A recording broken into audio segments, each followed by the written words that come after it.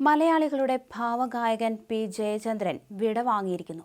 ഗാനഗന്ധർവൻ KJ. യേശുദാസും ജയചന്ദ്രനും സമകാലികരായിരുന്നതിനാൽ തന്നെ ഇരുവരും തമ്മിലുള്ള ബന്ധവും കലാജീവിതവുമൊക്കെ സംഗീതാസ്വാദകർക്കും ഇവരുടെ ആരാധകർക്കും ഒരുപോലെ പ്രിയപ്പെട്ടതായിരുന്നു.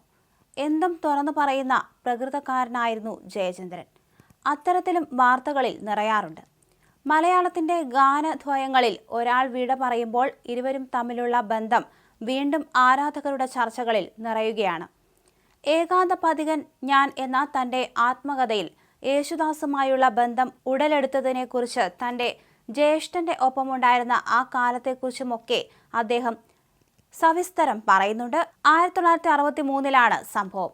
ചെന്നൈയിൽ ജോലി നോക്കിയിരുന്ന സുധാകരേട്ടന്റെ അടുത്തേക്ക് തന്റെ ഡിഗ്രി പഠനത്തിലെ അവധിക്കാലത്ത് യാത്ര പോയപ്പോഴുള്ള ദിനങ്ങളിലായിരുന്നു കെ.ജെ. യേശുദാസ് എന്ന ഗാനഗന്ധർവനെ ജയചന്ദ്രൻ അടുത്തു പരിചയപ്പെട്ടത്. ഏട്ടന്റെ അടുത്ത് സുഹൃത്തായിരുന്നു യേശുദാസ്. അക്കാലം തൊട്ടാണ് ഞാൻ അദ്ദേഹത്തെ ദാസേട്ടൻ എന്ന് വിളിക്കാൻ തുടങ്ങിയത്. ദാസേട്ടൻ ഏട്ടന്റെ താമസ സ്ഥലത്തെ പ്രധാന സന്ദർശകരിൽ ഒരാളായിരുന്നു.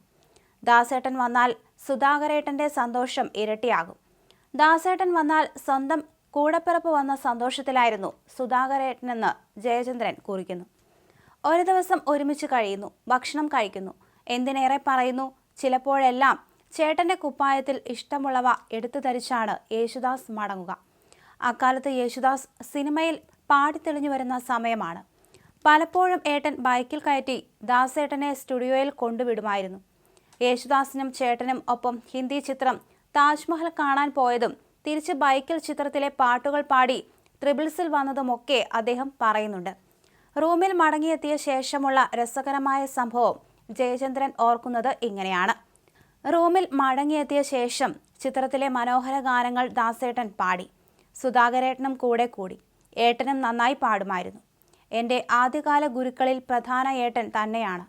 അവർ ഇരുവരും പാടാൻ തുടങ്ങിയപ്പോൾ ഞാൻ ആ ഗാനരംഗം അഭിനയിക്കുകയും നൃത്തം ചെയ്യുകയും ചെയ്തു.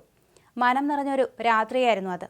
ഒരിക്കൽ ദാസേട്ടൻ എന്നോട് പറഞ്ഞു, നിന്നെ ഞാൻ റെക്കോർഡിംഗ് സ്റ്റുഡിയോയിൽ കൊണ്ടുപോകാമെന്ന്. കേട്ടപാടെ ഞാൻ വല്ലാതെ ത്രില്ലിലായി. അങ്ങനെ അദ്ദേഹത്തിൻ്റെ കൂടെ ഭരണി സ്റ്റുഡിയോയിലെത്തി. കാട്ടുപൂക്കൾ എന്ന ചിത്രത്തിന് വേണ്ടി ദേവരാജൻ മാസ്റ്ററുടെ സംഗീതത്തിലാണ് ദാസേട്ടൻ പാടുന്നത്. അങ്ങനെ ആ മായിക ലോകവും ഞാൻ കണ്ടു. മുന്നിൽ ദാസേട്ടൻ പാടുന്നു. അവിടെ വെച്ച് ദാസേട്ടൻ എന്നെ ദേവരാജൻ മാഷിന് പരിചയപ്പെടുത്തി. അന്ന് ഞാൻ സാദരം നോക്കിക്കൊണ്ട് ഒന്ന് ചൂളി നിന്നു. ഒരു സുഹൃത്ത് എന്ന നിലയ്ക്കോ മറ്റാണ് എന്നെ പരിചയപ്പെടുത്തിയത്. ഏട്ടനോടുള്ള അടുപ്പം ഒന്നുകൊണ്ട് മാത്രമാണ് എന്നെ സ്റ്റുഡിയോയിലേക്ക് കൊണ്ടുപോയത്. ഒരു ഗായകനാകണമെന്ന ചിന്ത എന്നിൽ പോലും ഇല്ലാത്ത കാലമായതിനാൽ ഒരു മഹാനെ നേരിൽ കണ്ടു എന്ന രീതിയിൽ മാത്രമായിരുന്നു ആ സംഭവം എന്നെ സ്വാധീനിച്ചത്. പക്ഷേ ഒരു സ്റ്റുഡിയോയിൽ യേശുദാസ് ലൈവായി പാടുന്നത് ആദ്യമായി നേരിട്ട് കണ്ടു.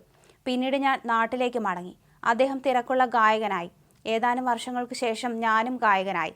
മദ്രാസിൽ സ്ഥിര താമസമായി. രണ്ടുപേരുടെയും തിരക്കിൽ കൂടിക്കാഴ്ചകളൊക്കെ കുറഞ്ഞു. പക്ഷേ താജ്മഹലിലെ പാട്ട് കേൾക്കുമ്പോൾ എനിക്ക് സുധാകരേട്ടനെ ഓർമ്മ വരും.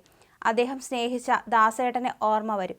അന്നത്തെ ആ രാത്രി പുത്തനായി മനസ്സിൽ വരും. അദ്ദേഹം കുറിച്ചു.